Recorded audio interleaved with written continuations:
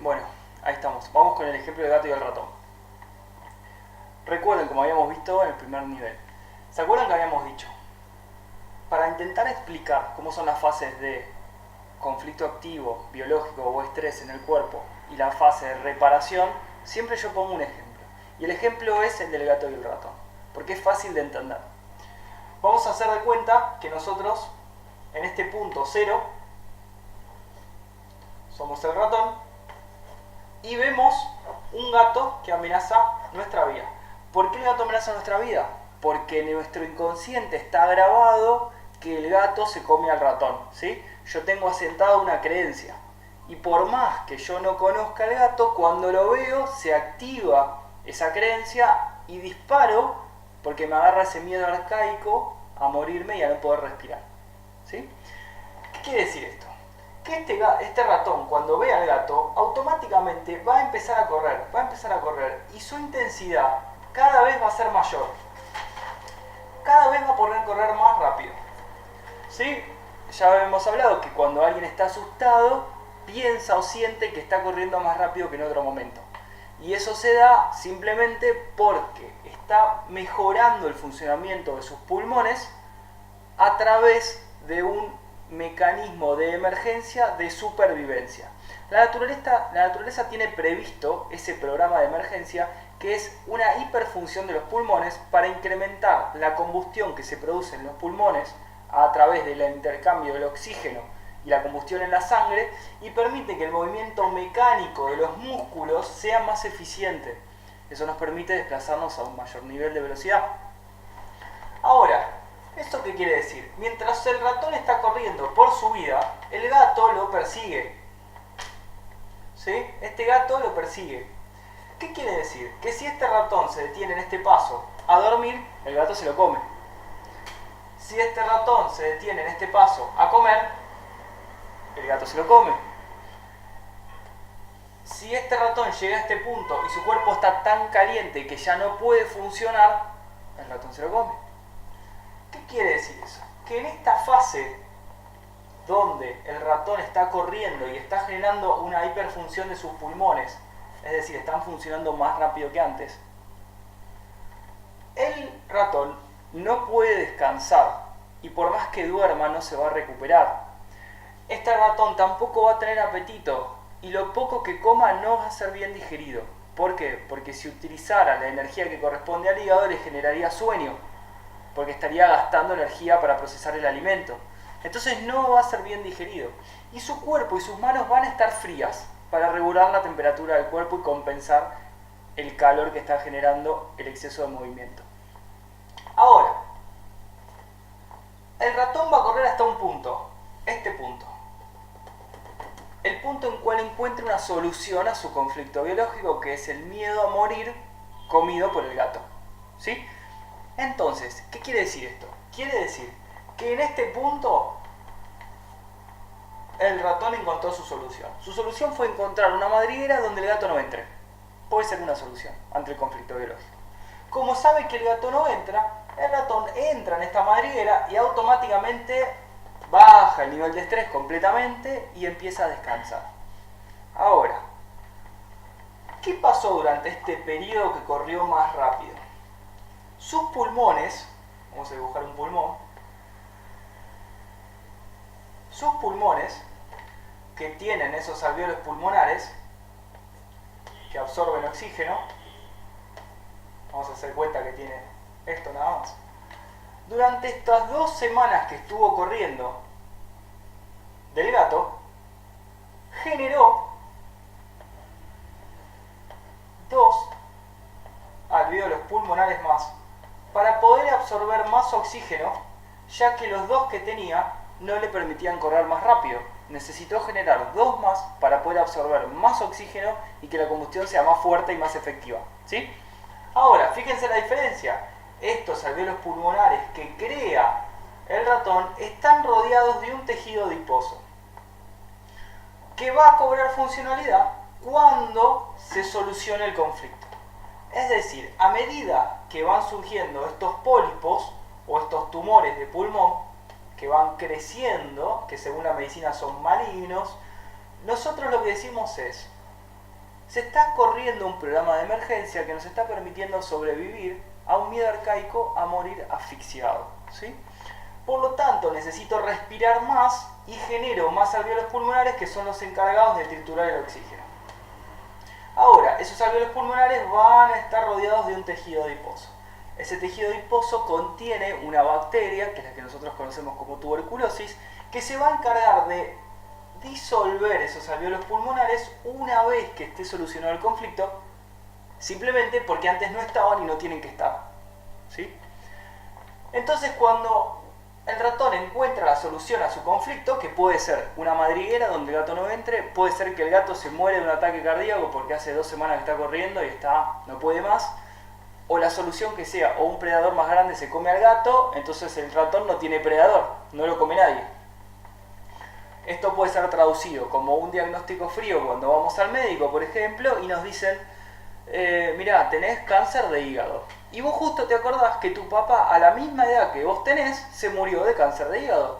Entonces aparece ese gato o ese fantasma mental que amenaza nuestra vida, que es ese cáncer de hígado. ¿Está bien?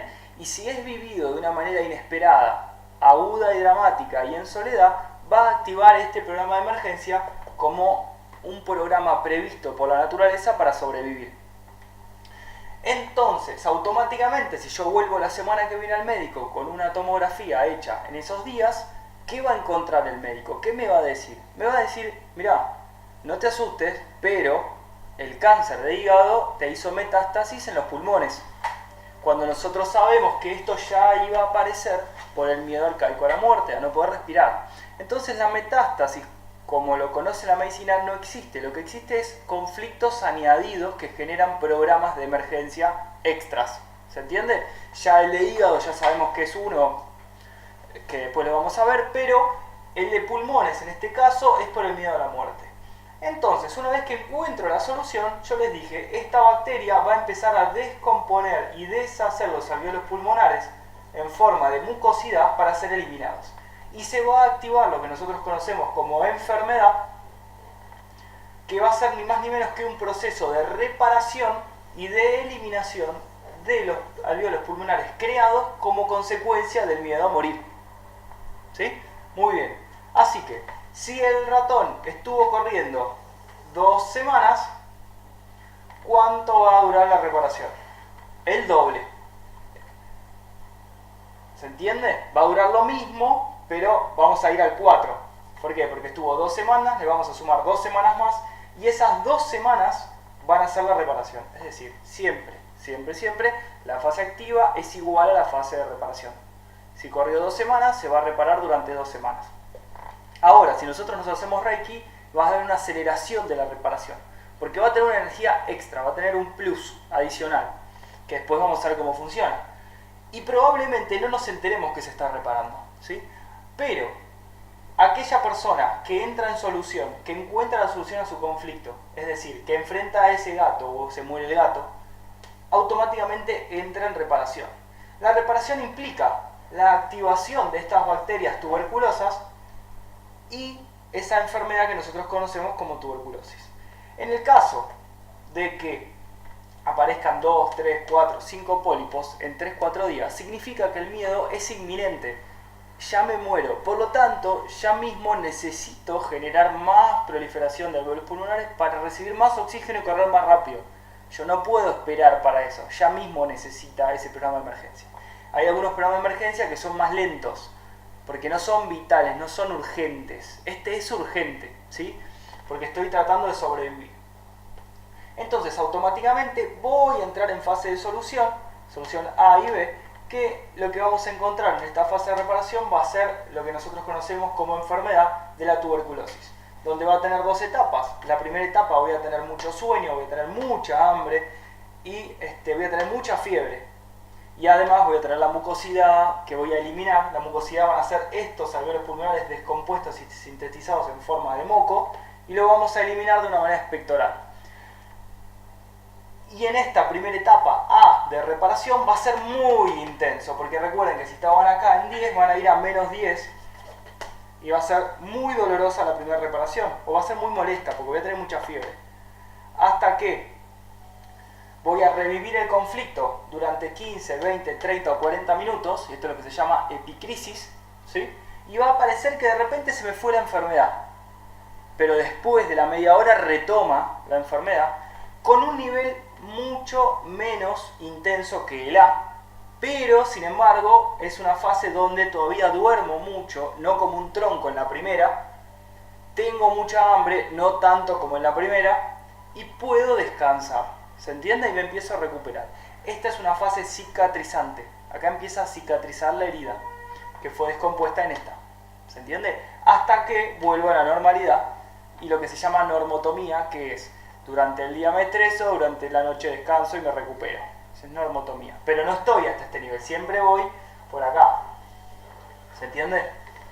Acá estamos hablando de un programa de emergencia que superó el límite normal, por eso es un programa extraordinario, ¿sí? Entonces es importante entender que tenemos esa fase activa y esa fase de reparación, que funcionan como un yin y un yang, ¿sí? Todo se compensa y funcionan como el famoso infinito, ¿sí? Así que bueno, lo importante es entender que siempre hay una fase activa y una fase de reparación. En la fase activa va a durar lo mismo que la fase de reparación. Y hay que tener muy en cuenta cuándo es la diferencia entre A y B, porque la persona que está sufriendo la reparación, que puede ser una gripe, fiebre, lo que sea, hay un día que de repente parece que no tiene nada. Y a la media hora, 40 minutos o como máximo 4 horas se vuelve a activar la reparación.